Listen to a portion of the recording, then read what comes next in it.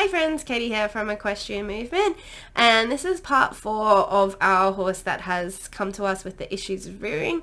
If you've been able to watch the other parts before this training session, you will see that Dustin came to us seemingly quite happy, confident, and pain-free.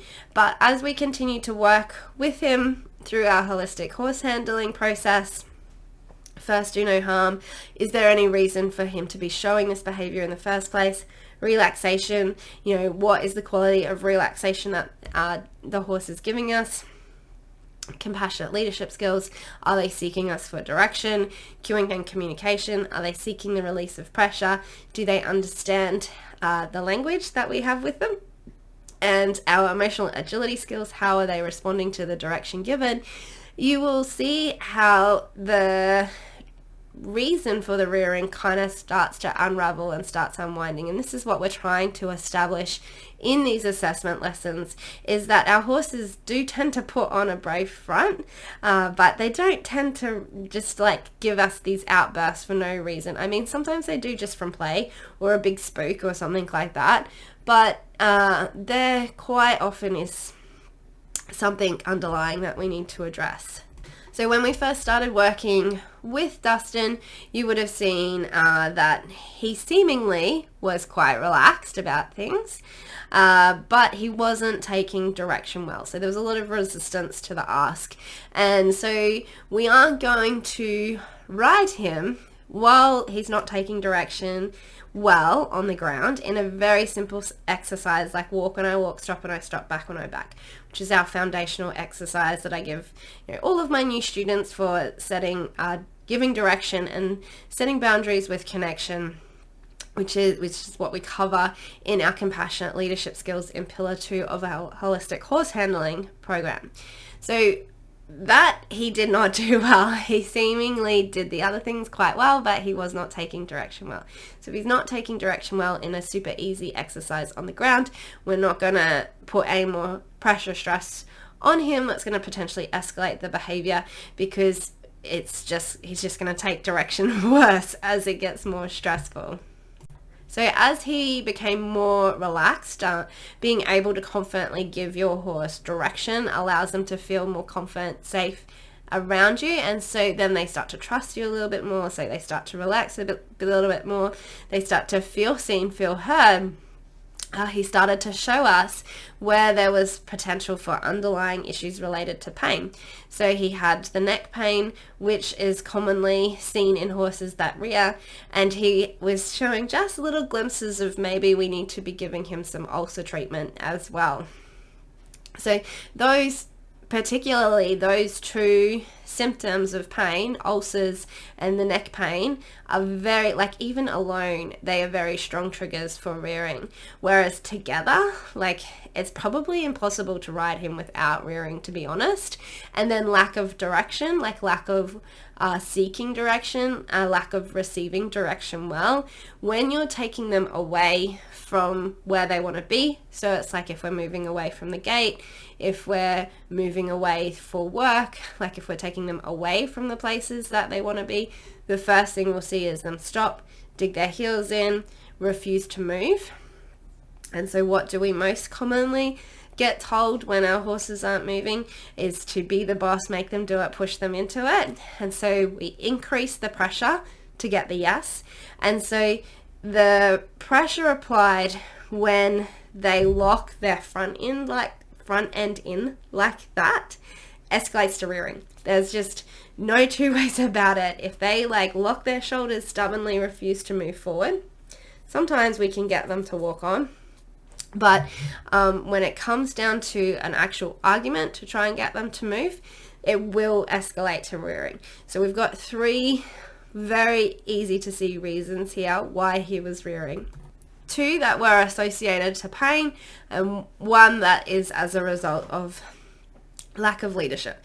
And so it's not necessarily that there's a lack of leadership in that the handler isn't giving direction. It's like a lack of trust and confidence in the leadership value of the handler. So we've got to spend some time there building that trust and confidence, being somebody to the horse that they seek for direction, because they know that we've got their best interest at heart. They know that we're going to, be creating situations and environments that are beneficial to them.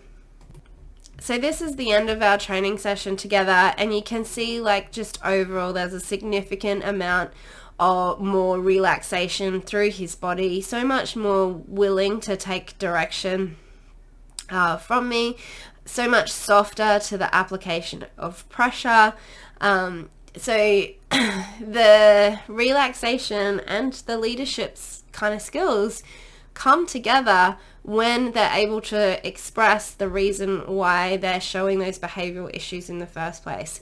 So much happier and calmer, like we're standing still there, so much happier to just stand there and relax. Like he's still cueing to me that he wants to go for a little wander over that way, but he's not arguing with me over it. The head is showing us good relaxation cues by it being lower than the wither. There's so much more action through the tail. It's not clamped down in fight or flight state. Soft eye, soft ear, soft nostril. We've got our stand with relaxation coming together and working there. He still wants to, go off on his own little tangent, and as we work into going to work together, that is a personality trait of his that we can tap into and make useful to us. It'll make him a really good trail rider, having an adventurous nature, but so much softer to my cue for taking direction. He's now just following my lead off of my movement. He's still trying to tell me, even though I've missed it, that he's probably got ulcers there. But overall, we've got our relaxation cues there with the licking, mouthing and chewing.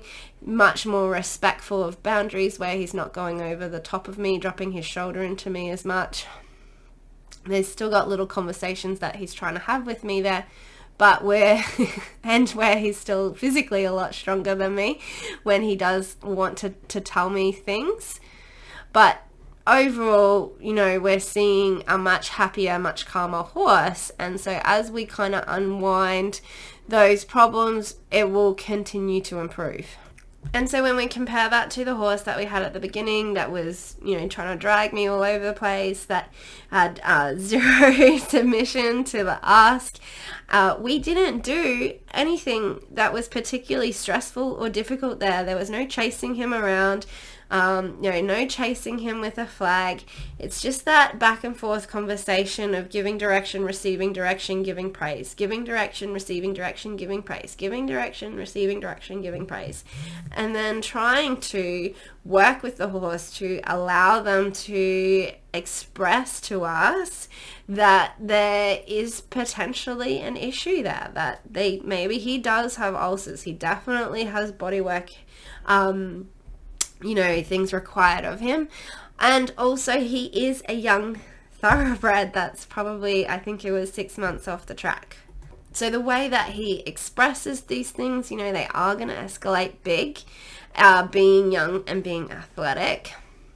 But he has very warranted reasons for the protest in the first place. Like those two things in particular are very painful things for the experience of a horse.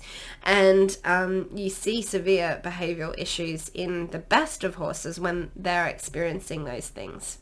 And then overall, you can start to see the quality of his personality that he would be if we eliminated those issues for him. So he is going to be confident. He is super sweet natured. He is happy to take the lead.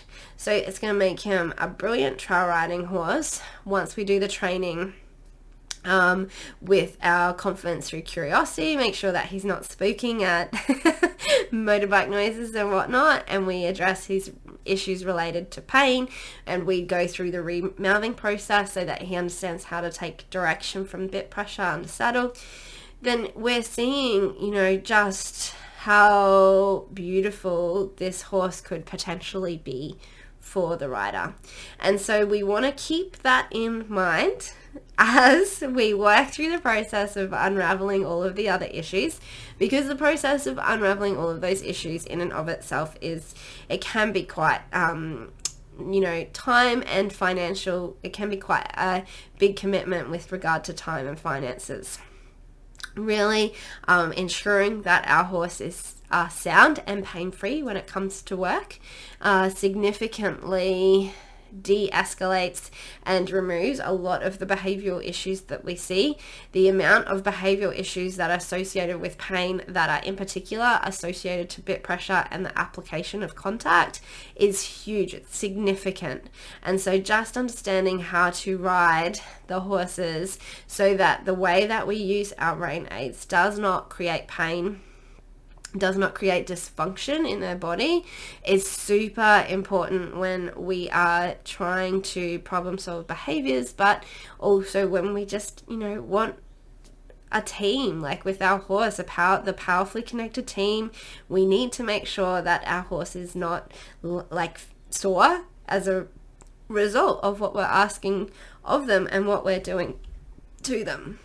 So once we've addressed those, 4 pillars there, plus our first home rule out all pain, then we're going to move into our confident trailblazer pillars of, being able to seek direction through contact, our confidence through curiosity skills so that they are confident out on the trail, and our balance and exercises so that our horses feel balanced carrying us as well. And then, we can have the powerfully connected team with our horse because they have the psychological safety to communicate to us that, when they have issues, we can see the tension mounting because we've seen how relaxed they can be. When we started with Dustin, we didn't know that he could be more relaxed. I mean, horses can always be more relaxed. But as we continued to progress, like he showed us initially some nice relaxation work, but as we continued to progress, we started to see true relaxation of that nervous system, down-regulating. The back gets longer, the head gets lower. They want to lie down. They feel safe to lie down around us. They feel safe to be vulnerable around us. So when we can start to see those relaxation cues, we can start to see the tension mounting cues. And that's back to our emotional agility. Is the tension mounting because they don't want to take direction from us? Is the tension mounting because they're frustrated with our ask or getting anxious?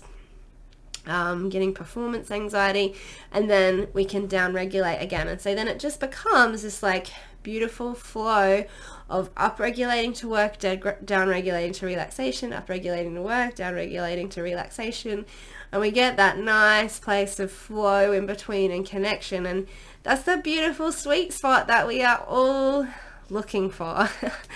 So if you're having issues with rearing, I hope this has been of benefit to you and you can start to see how you're going to work through your rearing problems.